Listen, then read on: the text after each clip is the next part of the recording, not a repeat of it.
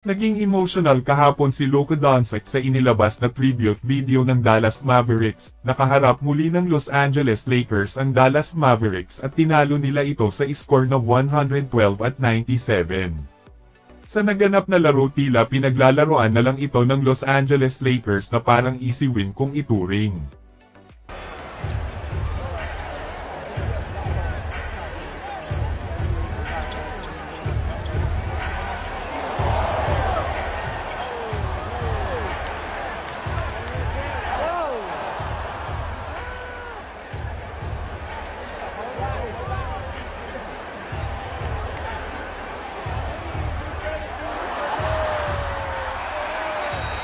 Pero isa dito sa mas naging sentro ang sobrang emotional ni Luka na dahilan upang umiyak siya habang nanonood ng tribute video patungkol sa kanya. Makikita naman na napamahal ito kay Luka, gayon din ang mga fans na nanatili ang suporta at pagmamahal kay Luka Doncic. Pero kabaliktaran naman mula kay General Manager na si Nico Harrison kung saan ang sigaw ng mga fans sa kanya ay "Fire Nico" na pinakikinggan naman ng GM.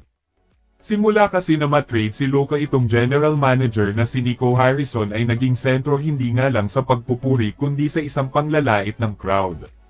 Pagkatapos naman ng emotional at pag-iyak ni Luka Doncic ay agad naman na may pasabog ito dahil sa laro bumagsak ito ng 45 points, 8 rebounds at 6 assists. Sumusunod naman sa kanya itong si LeBron James na umiscore naman ng 27.7 rebounds at 3 assists, 11 points, 4 rebounds at 4 na assist naman si Austin Reeves.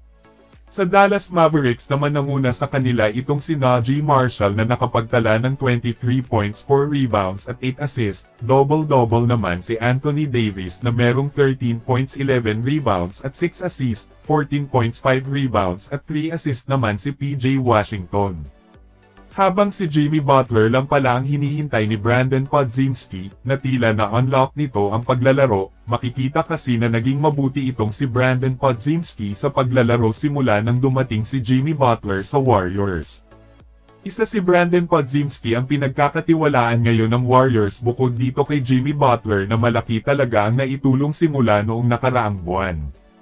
Si Brandon Podziemski ay patuloy na nagbibigay sa Warriors ng solidong performance na kung saan bumagsak ito ng 20 points, 5 rebounds at 3 assists sa kanyang 7 sa out of 12 shooting laban sa Phoenix Suns noong nakaraang araw.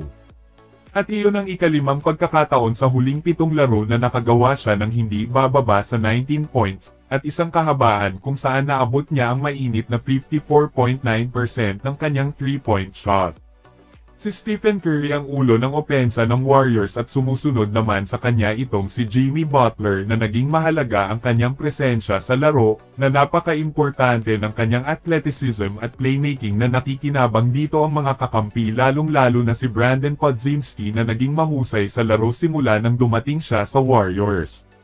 At mismong si head coach Steve Kerr ay nakikita ang halaga ni Brandon Podziemski simula nang dumating si Jimmy Butler, na pinuri niya pa ito kasama sina Stephen Curry at Draymond Green sa kanilang mabuting pagganap sa laro.